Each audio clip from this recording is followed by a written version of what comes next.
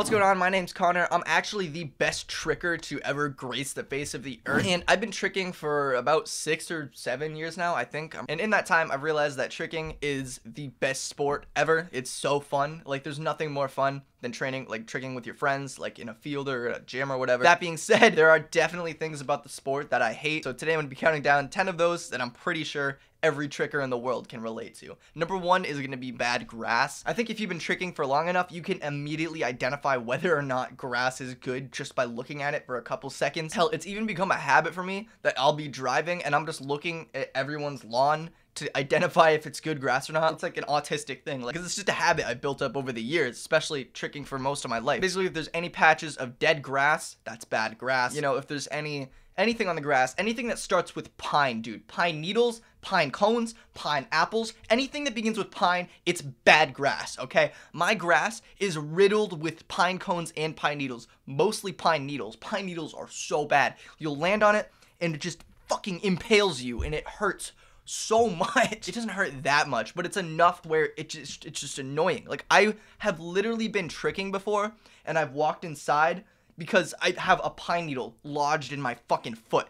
Like, it's annoying as shit. And then also, if grass is uneven, that's bad grass. I'm pretty sure whenever I buy a house, if I ever buy a house, I'm gonna base whether or not I buy it solely off of how good the grass is. I know you can take care of your grass or whatever, but I'm not gonna put the effort into that. Landing too short. Dude, I actually would rather over-rotate a flip and land flat on my back and knock the wind out of myself than land too short. There are very few pains in the world worse than landing on your ankles at the wrong angle too hard, because a flip, you're jumping as high as you can, well, in most cases as high as you can, and you're rotating over and then slamming back on the ground. That is a ton of force. When I sprained my ankle a little while ago, I could do pretty much anything with my ankle. I could run, I could do squats, like heavy weighted squats, and like leg press. I could do leg day perfectly fine. The only thing I couldn't do was flips, because it's just so much pressure on your joints. So when you land a little too short and your ankles are just stretched too far,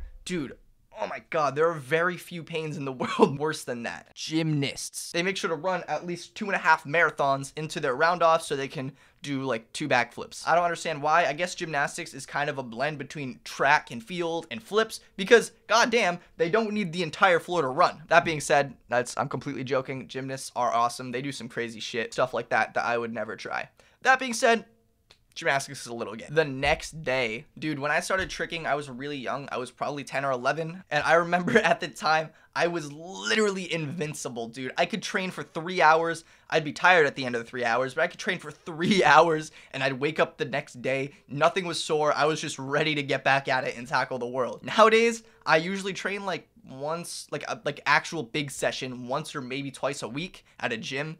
And then the next day, even midway through the session, I'm dying. But the next day, oh my god, I cannot feel my knees. I can't feel my legs, my shins, dude. I've gotten shin splints so bad from training. But yeah, I think this is one thing every single tricker can universally agree upon. The next day, waking up in just agony. That's the main reason I don't train more than I do, because it's just counterproductive with how sore I am. Trampoline parks. Man, theoretically, trampoline parks are fun. They're great for tricking, you know, kind of. But in practice, you go to the trampoline park and it's more of a game of dodging small children than actually flipping. So the last time I went to the trampoline park, I went with 4 people, right?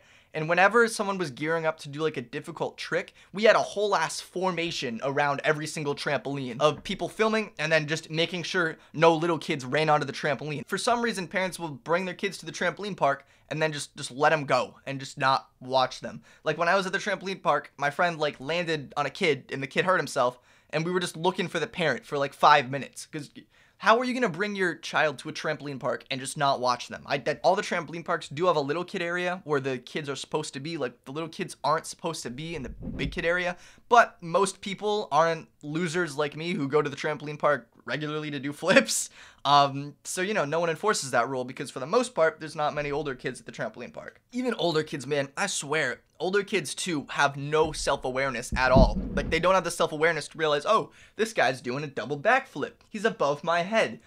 If I pay attention to gravity, he's gonna fall on me. No one seems to have that logic, so they'll just run under you. Thing is, I don't want to get hurt because then I'm out of doing flips for a while. And as the best tricker in the world, I have to make sure I'm constantly training. After all, I'm working on doing a triple full, and I'm pretty sure no one in the world has ever done a triple full before. So if someone else beats me to triple full because you know, a kid landed on me, that would be a problem. So I said in the beginning that there was good grass and bad grass, and I think the ultimate form of bad grass is wet grass. Especially, like, I live in the north and we get it a lot. I can't even imagine what it's like for people in England where they constantly have wet grass, like 24/7, to the point where they have to get used to training on wet grass. You have to be so careful. Like, you can't actually train at your limits. You have to only train the basics. Even then, the basics are dangerous because it's just so unpredictable. You don't know when you're gonna fucking hydroplane and just fall on your ass. The twisties are a phenomenon where you'll just be, it usually happens when you start progressing into triples and doubles, like in terms of twists, but it's a weird thing where, like, you'll be flipping and then you'll just forget how to twist. Like, your muscle memory gets messed up because